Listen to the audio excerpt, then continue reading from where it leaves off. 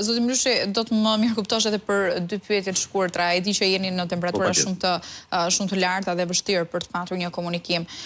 Do doja të dija pak nëse keni kërkuar ju ndihmë nga ana e qyteteve të tjera, pra për t'ju ardhur në ndihmë me forca zjarr fikse dhe a ka qenë mundur përgjigje duke marrë parasysh që edhe zonat pranë jush kanë patur problematika të njëjta, le të themi, dhe të ngjashme.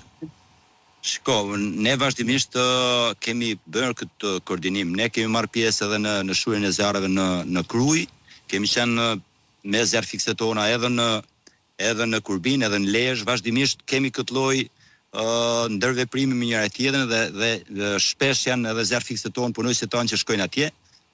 Edhe në raste të vështirësive tona kemi bërë kërkesa patjetër që ne janë përgjigj.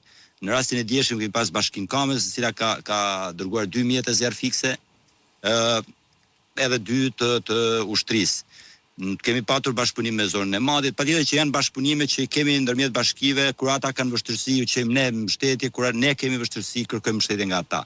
Përgjithsisht, kur janë në situata më të qeta këto bashki, kërkojmë mbështetje nga ato, por ndryshe kur kanë vatra zjarri, përpiqemi të koordinojmë me ato bashki që kanë më pak problematika.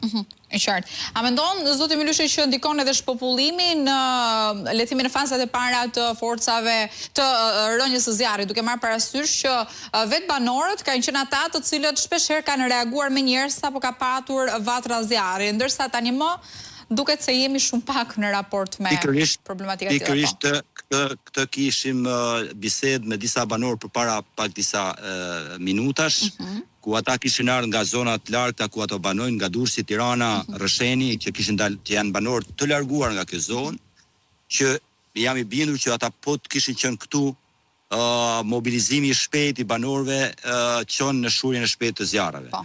Duke qenë se ata janë larg, në këto zona përgjithsisht kanë mbet shumë pak njerëz dhe ata që kanë mbet janë të moshuar.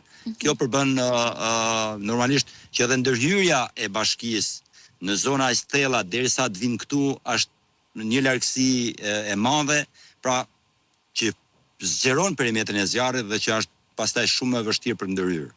Pra, patjetër që ka ndikuar shpopullimi dhe ndikon për shkak se nuk ka kush ndërhyje derisa mjetet zjarr fikse dhe personeli ndihmës të jetë në zonë.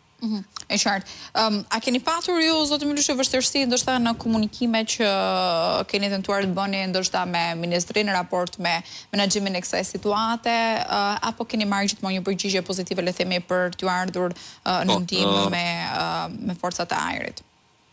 Të jem i sinqert në çdo komunikim që kam pas, normalisht që vatrat e zjarrit ndoshta edhe në vende të tjera në territorin e Shqipërisë mund të ketë pasur vështirësi, por përgjithsisht janë përgjigjur qoftë mjete nga ari, qoftë edhe me mjete të zjarr fikseve dhe të ushtrisë, të cilët kanë qenë prezent, po themi një kohë caktuar pasi i kemi kërkuar. E qartë. Zoti Milushi, faleminderit shumë që ishe me mua në këtë komunikim.